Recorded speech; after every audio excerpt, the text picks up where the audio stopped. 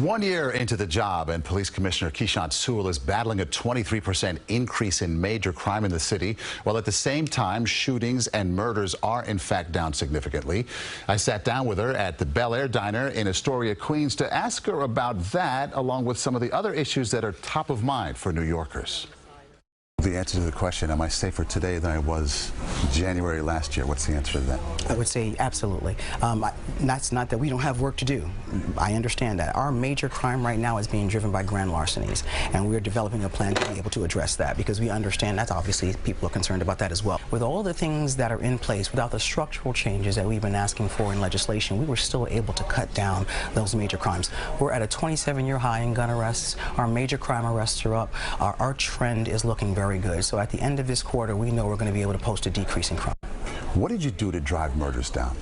And could that be applied to other crimes? We did apply that to other crimes as well. Violence is the biggest issue for us in the city. We focused on the people, the places, and the things that drive this type of crime. Our investigations were enhanced. We deployed resources in certain areas. We have gang and crew stat where we talk about who is committing these crimes. We know who they are, and that's who we focus on. Removing homeless people from the street, this is the mayor's idea to give them the treatment that they need. Well, what's that look like? I agree with the mayor that the streets and the subways are no place for people to live. Are you equipped to handle that, though?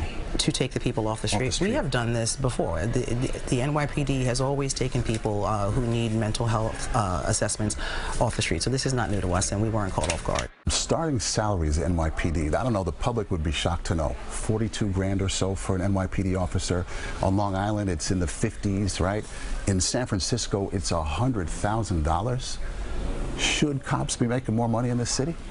I don't think we pay our heroes enough, and I will say that every single day of the week, but obviously I don't negotiate contracts, but our officers every single day wake up and try to make this city safer. I cannot tell you how privileged I am to lead them.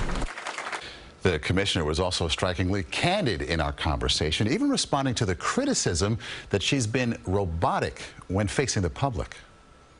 I got to tell you, I saw you give a talk at a private home last summer. You were engaging, expansive, thoughtful, funny.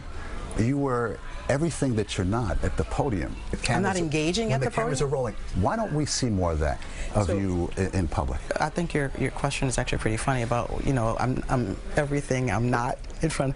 That just kind of came out. I wasn't planning it that way. It's okay, because you're not the only person I say that. People say, "Oh, does she have a heartbeat?" You know, she's a robot. Well, that's not unfair. Nothing's unfair. You're in a public position. You expect people to criticize or have their own opinions. This is New York, after all. I don't think people realize that is me being real. This is who I am. But this is a different person. Now, this is going to go around. I'm not talking about crime. When I'm giving information about public safety, I take that very seriously. Sure. There's a time to laugh.